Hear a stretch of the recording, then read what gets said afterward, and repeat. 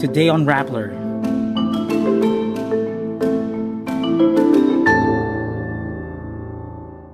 A government study confirms Manila Bay reclamation harms fishermen and marine life. The Comelec First Division disqualifies Quezon Bet Matt Florido for vote buying. Palestinian student Moshin Madawi is released on bail. NAIA security staff are no longer allowed to handle passengers' passports. And Korean cyclist Dae Yong-ju wins the 2025 Tour of Luzon. A government-backed study confirms the fears of fisherfolk and civil groups. Manila Bay reclamation projects harm fishing areas and marine ecosystems. The projects aim to ease Metro Manila's congestion by adding more than 6,000 hectares of new land. Physical oceanographer Charina Repollo says this will put the same environmental pressure as building 4 business districts over the next 30 years. Repollo says, quote, reclamation will block the natural flow of rivers into Manila Bay. The blockage triggers cascading physical, chemical, and biological changes affecting food resources, public health, and livelihoods. The study also found that the reclamation may increase flooding in lowland areas as it impedes the flow of water into Manila Bay. Experts also assessed water quality, noting pathogenic bacteria and toxic heavy metal. The study also shows dredging and land reclamation reduces fishing areas. Mangrove forests, which protect the coast and help fish grow, are also at risk. Environment Secretary Tony Yulo Loizaga says that the study provides the agency a starting point for Manila Bay's rehabilitation. Loizaga notes reclamation has helped development in other countries, but it should be done in a, quote, integrated and holistic manner. The Commission on Elections First Division disqualifies Quezon Province congressional candidate Matt Erwin Florido. This over an incident deemed by the poll body to have been vote buying.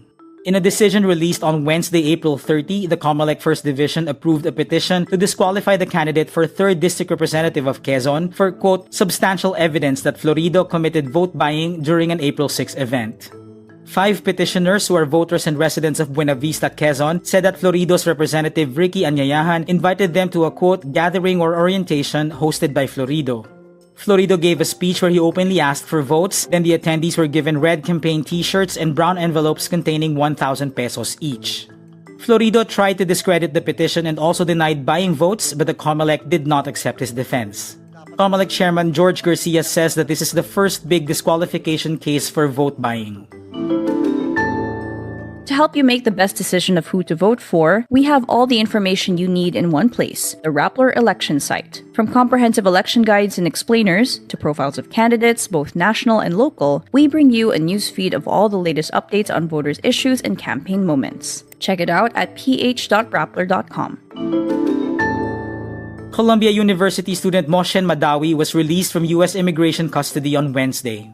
This after a judge ruled he should be free on bail to challenge the Trump administration's efforts to deport him over his participation in pro-Palestinian protests. Madawi was arrested earlier this month when he showed up for a U.S. citizenship interview. A judge swiftly ordered the Trump administration not to deport him or move him out of Vermont. Judge Crawford says Madawi was not a threat to the public or likely to run away. He also compared today's political climate to the Red Scare and McCarthyism when many were deported for their political beliefs. Madawi's release was a setback for the Trump administration's push to deport pro-Palestinian foreign students. Trump officials have said students and green card holders could be deported for supporting Palestinians or criticizing Israel's actions in the Gaza war, claiming it threatens U.S. foreign policy. All security personnel of the Noynoy International Airport or NAIA are no longer allowed to touch travelers' passports. The rule applies when a passenger enters any NAIA terminal and when they go through security verification. NAIA's new private operator, New NAIA Infra Corporation, says passengers will be asked to show their valid ID or travel document by holding it up themselves. This comes over a week after a passenger was initially denied a boarding pass by a Cebu Pacific ground staff because of a small tear in his passport. But when the passenger tried checking in via the senior citizen counter, the person was issued a boarding pass. The passenger still ended up being blocked from boarding the plane to Indonesia. Some airport staff said his passport was fine, causing further confusion. The passenger's family alleged the ground staff may have caused the small tear.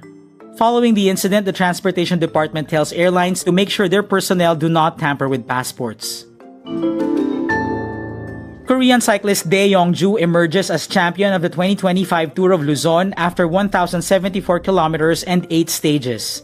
The captain of the Gapyong cycling team bested more than 100 cyclists in the road race, including Filipino frontrunners John Paul Morales and Ronald Oranza. He also bags the 1 million peso cash prize for the overall individual race. 23-year-old Joshua Pascual of Excellent Noodles Cycling meantime rules the 8th and final stage of the tour and is named Eagle of the Mountain. It took Pascual 4 hours and 16 minutes to pedal from Lingayen, Pangasinan up through the iconic Cannon Road and into Camp John Hay in Baguio City. The Aritao Nueva Ecija local seemingly came from nowhere, surprising spectators as he climbed his way up Benguet's steep and winding roads. This year's edition of the Tour of Luzon sees the revival of the famous race after a long hiatus. And that's today's wrap. I'm JC Gotinga. Thank you for watching. Click the link below for the full story. Follow us on Rappler's YouTube, Facebook, X, Instagram, and TikTok.